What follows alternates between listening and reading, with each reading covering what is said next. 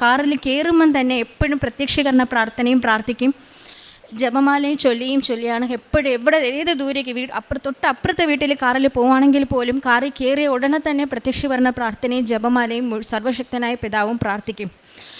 ഈ പ്രാവശ്യം കൊല്ലത്ത് പോകുമ്പോൾ ചാത്തന്നൂർ ബൈപ്പാസ് റോഡിൽ വെച്ച് പ്രാർത്ഥിച്ച് ഞാൻ ഇരിക്കുകയായിരുന്നു. എൻ്റെ അച്ഛൻ്റെ തൊട്ടരികെ അച്ഛനുമായിരുന്നു വണ്ടി ഓട്ടിച്ചുകൊണ്ടിരുന്നത്.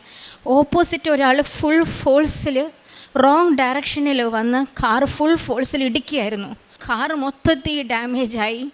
എനിക്ക് അത്രയും വലിയ ആക്സിഡൻറ്റിൽ റോഡിലുള്ളവരെല്ലാവരും കൂട്ടം കൂടി നിങ്ങൾക്ക് രണ്ടുപേർക്ക് ഒന്നും പറ്റാത്തത് ദൈവത്തിൻ്റെ കാരുണ്യമാണെന്ന് പറഞ്ഞു.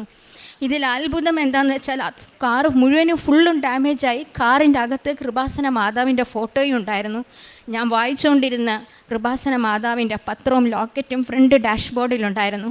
അതിലൊക്കെ ഒന്നും പറ്റാതെ കാറിൻ്റെ അടി മൊത്തം അടിഞ്ഞു പൊടിഞ്ഞ് മൊത്തത്തിൽ പോയി.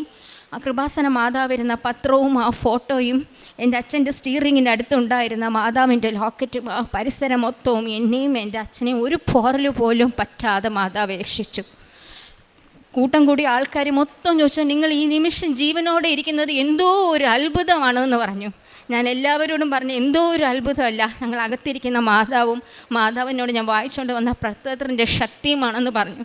ഇന്ന് നിങ്ങളുടെ മുമ്പിൽ ഞാൻ ഈ ജീവനോടെ ഇരിക്കുന്നെങ്കിൽ അത് ഈ മാതാവ് തന്ന ഒറ്റ ഒരു അനുഗ്രഹമാണ്. അതിന് എത്ര വാക്കുകൾ പറഞ്ഞാലും തീരുന്നില്ല. അതിൻ്റെ ഷോക്ക് ഇനിയും എൻ്റെ മനസ്സിൽ നിന്ന് മാറിയിട്ടില്ല.